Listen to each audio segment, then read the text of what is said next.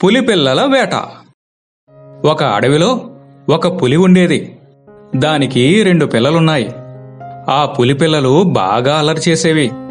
తల్లి పులి రోజు తన పిల్లలకి కాసేపు వేట నేర్పించేది. చిన్న చిన్న జంతువులను ఎలా వేటాడాలో తర్ఫీదు ఇచ్చేది.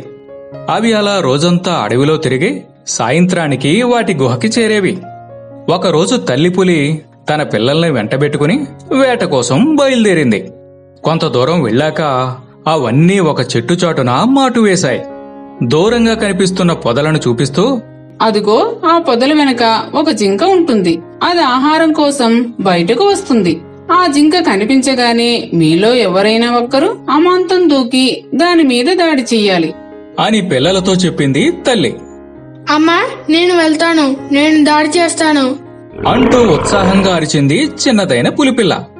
సరేలే, నువ్వే ముందు దూకు అని అనుమతి ఇచ్చింది తల్లి పులి. అవి అలా చాలాసేపు ఎదురు చూస్తూనే ఉన్నాయి.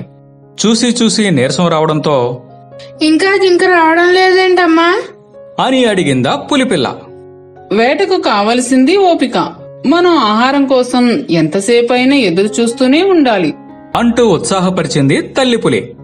కొంత సమయం తరువాత జింక పొదలమాటు నుంచి బయటికి వచ్చింది. దాన్ని చూసి చూడగానే రెండవ పులిపిల్ల అమాంతం ముందు కూరికింది. అయితే జింక మాత్రం పులి రాకను వెంటనే పసిగట్టింది. పులిపిల్లకు చిక్కకుండా వాయు వేగంతో పరుగు తీసింది. పులి దాన్ని చాలా దూరం వెంబడించింది. కాని చూస్తూ చూస్తూ ఉండగానే అది ఇక పులిపిల్లకు అందనంత దూరం వెళ్లిపోయింది. చివరకు గుబురు పొదల్లోకి దూరి మాయమైపోయింది. ఇక చేసేది లేక ముఖం వేలాడేసుకుని తల్లి దగ్గరకు తిరిగి వచ్చిందది. ఖాళీ చేతులతో రావడంతో పెద్దదైన పులిపిల్ల దానిని వేళాకోళం చేస్తూ ఆట పట్టించింది. తన అన్న కూడా హేళన చేయడంతో అవమానంగా భావించిన పులిపిల్ల, అమ్మా, నాకు అసలు వేటాడడం రాదేమో అమ్మా, అంత చిన్న జింక పిల్లను కూడా పట్టుకోలేకపోయాను చూడు అంటూ కన్నీళ్లు పెట్టుకుంది. తల్లి పులి పిల్లను వాదారుస్తూ ఇలా అన్నది. లోపం నీలో లేదు. నువ్వు నీ తమాషా కోసం దాని వెనక పరిగెత్తావు. అదేమో తన ప్రాణాలు రక్షించుకునేందుకు పరుగులు పెట్టింది. నిజంగా చూడు, నీ సరదా కంటే దాని ప్రాణాలు బలమైనవి. అందుకని నీకంటే అదే వేగంగా పారిపోగలుగుతుంది. ఒకసారి నీ కడుపు ఆకలితో మాడిందనుకో, అప్పుడు నువ్విలాంటి జింకలని ఎన్నింటినైనా వేటాడగలవు. తల్లి చెప్పిన మాటల్లో నిజాన్ని గ్రహించాయి ఆ పులిపిల్లలు. తరువాత చీకటి పడుతుండడంతో అవన్నీ గుహ దగ్గరకు బయలుదేరాయి. ఇంత వ్యాధి. ధర్మాపురంలో రామయ్య అనే రైతు ఉండేవాడు. అతనికి కొంత భూమి ఉంది. ఆ భూమిలో రకరకాల పండ్లను పండించేవాడు. అయితే వాటిని ఎలాంటి రసాయనాలు వాడకుండా సేంద్రియ పద్ధతిలో పండించేవాడు. ఆ పండగ వచ్చిన వాటిని ఊరంతా తిరుగుతూ అమ్మేవాడు. పండ్లమ్మా, పండ్లు, రకరకాల పండ్లు, తాజా తాజా పండ్లు అంటూ ధర్మాపురంలో వీధి వీధి తిరుగుతూ అమ్మేవాడు. రామయ్యపై ఉన్న నమ్మకం, పైగా అవి ఆర్గానిక్ పండ్లు కావడంతో అంతా పోటీలు పడి మరీ కొనేసేవారు. చివరిలో కొందరికైతే దొరికేవి కూడా కాదు. పండ్లు అమ్మగా వచ్చిన ఆదాయంతో రామయ్య కుటుంబం సంతోషంగా గడిపేది. అలా కొంతకాలం హాయిగా గడిచిపోయింది. రామయ్యకు వయసు పైబడడంతో తన బాధ్యతను కొడుకు గోపికి అప్పగించాలనుకున్నాడు. చూడరా గోపి, నాకు వయసు సహకరించడం లేదు. నేను ఊరంతా తిరిగి పండ్లను అమ్మలేను. ఇక నుండి వాటిని పండించి అమ్మే పనులు నీవే చూసుకోవాలి అన్నాడు రామయ్య. సరేనన్నా, ఇక మీరు విశ్రాంతి తీసుకోండి. ఆ పనులన్నీ నేనే చూసుకుంటాను అని చాలా హుషారుగా చెప్పాడు గోపి. మరొక్క విషయం గుర్తుంచుకో, మనల్ని నమ్మిన వారిని ఎప్పుడూ మోసం చేయకూడదు. అలాగే నాన్నగారు, నేను మీలానే వ్యాపారంలో మంచి పేరు తెచ్చుకుంటాను. ఆనాటి నుండి పండ్లను పండించడం, ఊరంతా తిరుగుతూ అమ్మడం చేసేవాడు గోపి. పండ్లమ్మా, పండ్లు, రకరకాల పండ్లు, తాజా తాజా పండ్లు. రామయ్య కొడుకు కావడం, పైగా ఆర్గానిక్ పండ్లు కావడంతో వ్యాపారం ఎప్పటిలానే సాగింది. అయితే కొంతకాలానికి గోపిలో దురాశ మొదలైంది. నేను పండించే పండ్లు ఈ ఊరిలో అందరికీ సరిపోవడం లేదు. అలాగే ఈ చుట్టుప్రక్కల ఉన్న గ్రామాలలో కూడా పండ్లను అమ్మి ఒకేసారి ఎక్కువ డబ్బు సంపాదించాలి. దీపం ఉండగానే ఇల్లు చక్కబెట్టుకోకపోతే ఎలా అని ఆలోచించి రకరకాల రసాయనాలు చల్లి ఎక్కువ మొత్తంలో పండ్లను పండించడం మొదలుపెట్టాడు. వాటిని సేంద్రియ పద్ధతిలో పండించిన పండ్లంటూ అందరికీ అమ్మసాగాడు.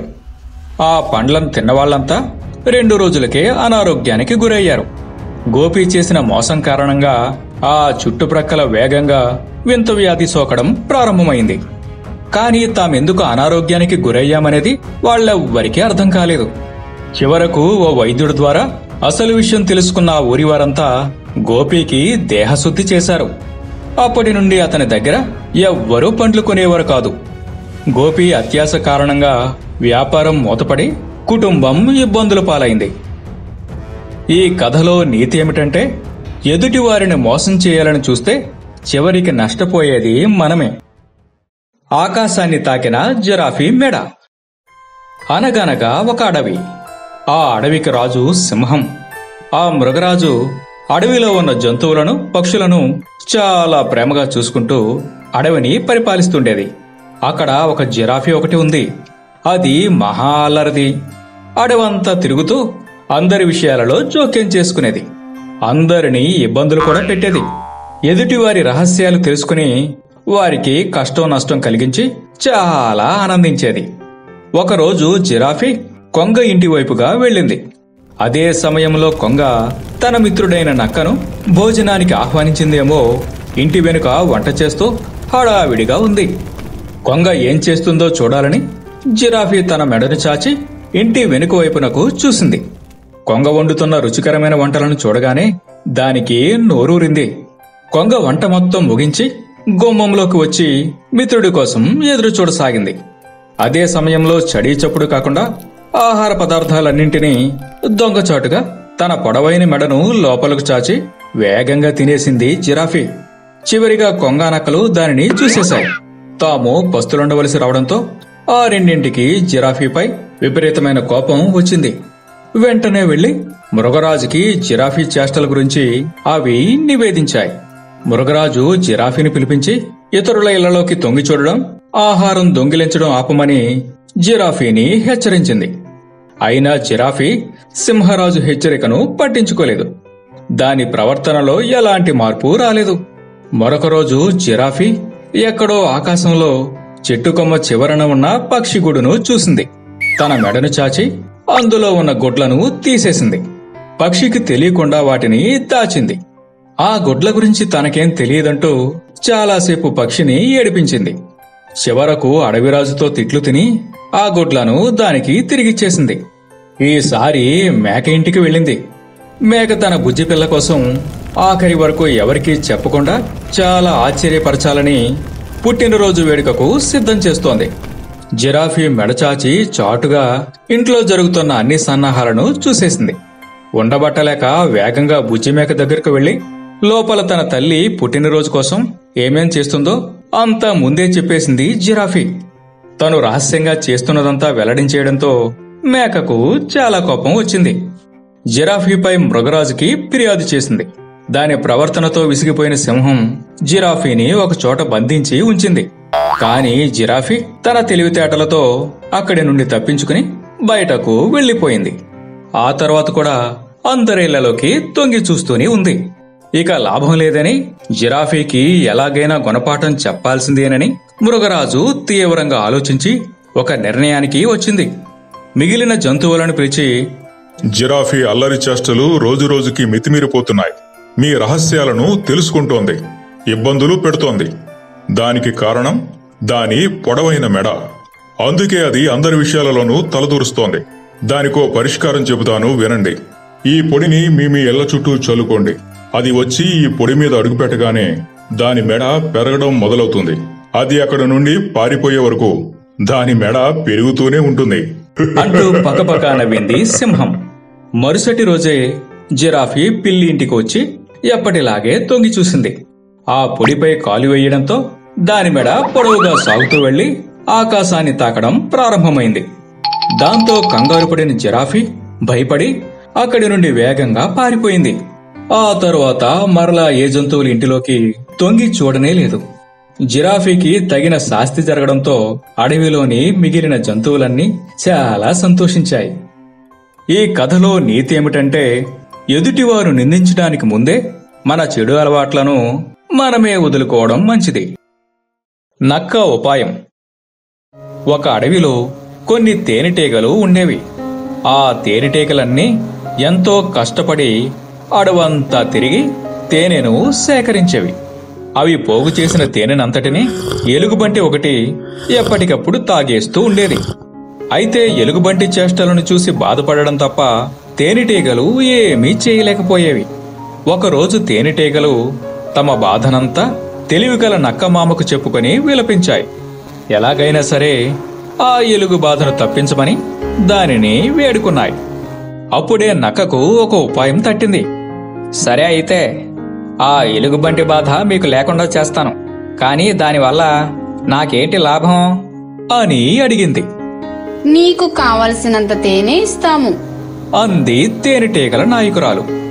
తీయటి మాట వినగానే నోరూరి సరేనంది నక్క. నక్క బాగా ఆలోచించి తేనెటీగలతో, తేనె తుట్టెను సింహం గుహ దగ్గర దాచిపెట్టండి, ఆ దరిదాపులకు ఎలుగుబంటి రాదు అని సలహా ఇచ్చింది. అవి అలాగే చేశాయి. తరువాత ఎలుగుబంటి ఎంత వెతికినా తేనెతుట్టే కనిపించలేదు. అలా తేనెటీగలకు ఎలుగుబంటి బెడద తప్పింది. అయితే తేనెటీగలు నక్కకు ఇచ్చిన మాటను మాత్రం నిలబెట్టుకోలేదు. అయినా కూడా ఆశ చావని నక్క తేనెటీగలను నిలదీసింది. అయితే అవి చేసిన మేలును మరిచి కాదు పొమ్మన్నాయి. దీంతో కోపం తెచ్చుకున్న నక్క సరాసరి ఎలుగుబంటి దగ్గరకు వెళ్లి తేనెతుట్టె సంగతి చెప్పేసింది. మృగరాజు గుహ దగ్గర లేని సమయం చూసి నీకు చెబుతాను. నీవు వచ్చి నెమ్మదిగా తేనె తాగి వెళ్ళిపో అని సలహా కూడా ఇచ్చింది. నక్క చెప్పిన సమయానికి మళ్లీ ఎలుగుబంటి వచ్చి తేనెను తాగేయడం మొదలుపెట్టింది. తేనెటీగల బాధలు మళ్లీ మొదలుకొచ్చాయి. దాంతో చేసేదేం లేక తేనెటీగలు నక్కను కలిసి తమను క్షమించమని, ఎలాగైనా తమను కాపాడమని వేడుకున్నాయి. ఈసారి నీకు తప్పనిసరిగా తేనెతో విందుని ఇస్తాం, మమ్మల్ని నమ్ము అంది తేనెటీగల నాయకురాలు. పథకం ప్రకారం నక్క ఎలుగుబంటి దగ్గరకు వెళ్లి, ఎలుగుబంటి మామ, నీ గురించి మృగరాజుకి అంతా తెలిసిపోయింది. తన అనుమతి లేకుండా నువ్వు గుహ దగ్గరకు వచ్చినందుకు అది కోపంతో రగిలిపోతుంది. సింహానికి చిక్కావో నీ పని అంతే అంటూ భయపెట్టింది. ఆ మాటను వినగానే ఎలుగుబంటి వెన్నులో వణుకు మొదలైంది. ప్రాణం అనేది ఉంటే తేనెను మరెప్పుడైనా తాగవచ్చని ఆ అడవిలోంచి పారిపోయింది. అలా ఎలుగుబంటి బాధ తప్పడంతో తేనెటీగలన్నీ ఎంతో సంతోషించాయి. ఇచ్చిన మాట నిలబెట్టుకుంటూ నక్కకు తేనెతో మంచి విందును ఇచ్చాయి. కుంటి గాడిద. కృష్ణాపురం అనే ఊర్లో ఓ బట్టల వ్యాపారి ఉండేవాడు. అతడి దగ్గర గాడిద ఒకటి ఉండేది. అతడు రోజు ఆ గాడిద మీద బట్టల మూటలను వేసుకుని వెళ్లి ఊరూరా తిరిగి అమ్మేవాడు. ఆ గాడిద కూడా ఎంత బరువునైనా మోసేది. ఉదయం నుంచి సాయంత్రం వరకు కష్టపడడం వలన లాభాలు బాగా వచ్చేవి. తన వ్యాపార అభివృద్ధికి సహకరిస్తున్న ఆ గాడిదంటే అతడికి చాలా ఇష్టం. అందుకనే దాన్ని చాలా జాగ్రత్తగా చూసుకునేవాడు. ఓసారి వ్యాపారి పెద్ద మొత్తంలో బట్టల కొనుగోలు నిమిత్తం పొరుగు దేశం వెళ్లవలసిన పని పడింది. ఆ సమయంలో ఊరూరా తిరిగి బట్టలు అమ్మడానికి ఆ గాడిద బాగోగులు చూసేందుకు ఒక పనివాడిని నియమించాడు. దాని పూర్తి బాధ్యతలు అతనికి అప్పగించి పొరుగు దేశం వెళ్లిపోయాడు వ్యాపారి. కొంతకాలానికి తిరిగి వచ్చిన ఆ వ్యాపారి తన గాడిద కుంటుతూ నడవడం గమనించాడు. తను ఎంతో ఇష్టంగా చూసుకునే గాడిద అలా కుంటుతూ నడవడాన్ని చూసి తట్టుకోలేకపోయాడు. పనివాడిని అడిగినా ఆ విషయం గురించి తనకు ఏమీ తెలియదన్నాడు. తరువాత ఆ వ్యాపారి ఆ గాడిదను ఎంతో మంది వైద్యులకు చూపించాడు. అయినా ప్రయోజనం లేకపోయింది. గాడిదను చూసిన ఏ వైద్యుడు అదెందుకలా కుంటుతుందో కారణం కనిపెట్టలేకపోయారు. అలా కొంతకాలం గడిచిన తరువాత ఆ ఊరికి ఓ సాధువు వచ్చాడు. మహాజ్ఞాని అయిన సాధువు తన గాడిద ఎందుకు కుంటుతుందో చెబుతాడని నమ్మిన ఆ వ్యాపారి అతడి వద్దకు గాడిదతో సహా వెళ్లాడు. విషయమంతా విన్న ఆ సాధువు, ఈ గాడిద ఆలనా పాలనా చూసుకునేవాడిని ఇక్కడికి తీసుకురండి అన్నాడు. వెంటనే వ్యాపారి అతడిని రప్పించాడు. పనివాడు వస్తుండగా చూసిన సాధువు, నాయనా, నీ గాడిదకి ఈ కుంటితనం ఏదో జబ్బు వల్ల వచ్చింది కాదు. అదిగో అతన్ని చూసావా? అతను కుంటివాడు. రోజు తనతో ఉండే వ్యక్తిని ఇది అనుకరించడం వల్లనే ఆ కుంటితనం వచ్చింది అంటూ వివరించాడు. నిత్యం మనతో ఉండేవారి ప్రభావం మనపై ఎక్కువగా ఉంటుంది. నీ గాడిద కుంటితనం మానాలంటే దాన్ని చూసుకునే వ్యక్తిని కూడా మార్చాల్సిందే అని తేల్చి చెప్పాడు సాధువు. అంతా విన్న వ్యాపారి వెంటనే పనివాడికి మరో బాధ్యత అప్పగించి ఆ గాడిదపై బట్టలు వేసుకుని ఇంటింటికి తిరుగుతూ తనే అమ్మసాగాడు. కొంతకాలానికి ఆ గాడిద యజమానిని అనుకరించి మామూలుగా నడవడం మొదలుపెట్టింది. ఈ కథలో నీతి ఏమిటంటే, మన చుట్టూ ఉండేవారి ప్రభావం మనపై తప్పనిసరిగా పడుతుంది. కుందేలు సమయస్ఫూర్తి. ఒక అడవిలో ఒక కుందేలు దట్టమైన పొదల్లో నివాసం ఉండేది. దానికి ఆ పొద మంచి రక్షణ కల్పిస్తుంది. ఒకరోజు నక్క ఒకటి ఆహారం కోసం వెతుక్కుంటూ కుందేలు పొద దగ్గరకు వచ్చింది. అదే సమయంలో కుందేలు పొద నుంచి బయటకు వచ్చి దుంపలు తింటూ ఉంది. కుందేలును చూడగానే నక్కకు నోరూరింది. దాని ఆకలి రెట్టింపైంది. మెల్లగా అడుగులో అడుగు వేసుకుంటూ చప్పుడు కాకుండా నడవసాగింది నక్క. అలా నడుస్తూ అది ఒక ఎండుటాకు మీద కాలు వేసింది. ఆ ఆకు శబ్దానికి కుందేలు ఉలిక్కిపడింది. వెనక్కి తిరిగి చూస్తే దానికి నక్క కనిపించింది. దానిని చూస్తూనే కుందేలుకు గుండె ఆగినంత పనైంది. దేవుడా, ఇప్పుడెలా అనుకుంటది. అయినా అధైర్యపడకుండా ఆలోచించింది. దాని బుర్రకి ఒక చక్కటి ఆలోచన తట్టింది. వెంటనే నక్కను చూస్తూ కాస్త గట్టిగానే, నీకెంత ధైర్యం అంది కుందేలు. ఆ మాటను వినగానే నక్కకు కోపం వచ్చింది. ఆకలి సంగతి మర్చిపోయింది. ఒక అల్పప్రాణి తనను ధిక్కరించడంతో దానికి తలవంపుగా తోచింది. కోపంతో ముందుకు దూకి, ఏం, నన్ను చూస్తే నీకెలా ఉంది? నీ ప్రాణం చిటికలో తీయగలను. నీలాంటి అల్పప్రాణులు నన్ను చూసి భయపడతాయి. అలాంటి నువ్వు నన్నే హెచ్చరిస్తావా? అంటూ మండిపడింది నక్క. అయ్యో, అదేం లేదు నక్కమామ, మీరు నన్ను అపార్థం చేసుకున్నారు. నీకెంత ధైర్యం అంటే నా ఉద్దేశం అది కాదు. నువ్వు చాలా ధైర్యవంతుడు అని అంటూ సంజాయిషి ఇచ్చింది కుందేలు. ఇప్పుడు నా ధైర్యం ప్రసక్తి దేనికి నీకు? అంటూ చిరాగ్గా అడిగింది నక్క. అదేంటి నక్కమామ, నీకు విషయం తెలిసి కూడా ఇంత ధైర్యంగా బయట తిరుగుతున్నావంటే మరి నీ ధైర్యాన్ని మెచ్చుకోకుండా ఎలా ఉండేది అంది కుందేలు. విషయమా? ఏంటది? ఆశ్చర్యంగా అడిగింది నక్క. నీకు తెలియదా? నేను తెలుసనుకున్నానే. అయితే విను. కొద్దిసేపటి క్రితం సింహరాజు 2 పెద్ద పుల్లలకు పందెం పెట్టాడట. పొద్దుపోయే సమయానికి ఎవరెక్కువ జంతువులను వేటాడతారో వాళ్లను మంత్రిని చేస్తానని మాట ఇచ్చాడట. ఆ విషయం తెలిసి పెద్ద జంతువులతో పాటు చిన్నా చితక జంతువులంతా ఊపిరి శబ్దం కూడా వినిపించకుండా ఎక్కడి వాళ్ళం అక్కడ నక్కి కూర్చున్నాం. వాళ్ళెప్పుడు ఎటు వస్తారో ఎవ్వరికీ తెలియదు. ఆ పదల్లో గాలి ఆడక ఏదో ఊపిరి పీల్చుకుందామని నేనిలా ఇప్పుడే బయటకొచ్చాను, అంతే అన్నది కుందేలు. పందెం గురించి వినగానే నక్క గుండె జల్లుమంది. పైకి మేకపోతు గాంభీర్యం నటిస్తూ, ఓహో, ఆ విషయమా? నాకు తెలుసు. కానీ నువ్వు బయట కనిపించేసరికి నీకు ఆ విషయం తెలియదేమో చెబుదామని ఇలా వచ్చానంతే. నువ్వు అన్నట్టు నాకు కాస్త ధైర్యం ఎక్కువేలే. నువ్వు పొదల్లోకి వెళ్లి దాక్కో. అసలే చిన్న ప్రాణివి అంది నక్క. హమ్మయ్య అని ఊపిరి పీల్చుకుని పొదల్లోకి వేగంగా వెళ్లిపోయింది కుందేలు. నక్క మాత్రం అటు ఇటు చూసి, వామో, వేగంగా వెళ్లి నేను కూడా ఎక్కడైనా దాక్కోవాలి అనుకుంటూ అక్కడి నుండి మెల్లగా జారుకుంది. తరువాత కుందేలు తన తెలివితేటలను తలుచుకుని పడి పడి నవ్వుకుంది. ఈ కథలో నీతి ఏమిటంటే, సమయస్ఫూర్తితో ఎటువంటి ఆపద నుండైనా బయటపడవచ్చు.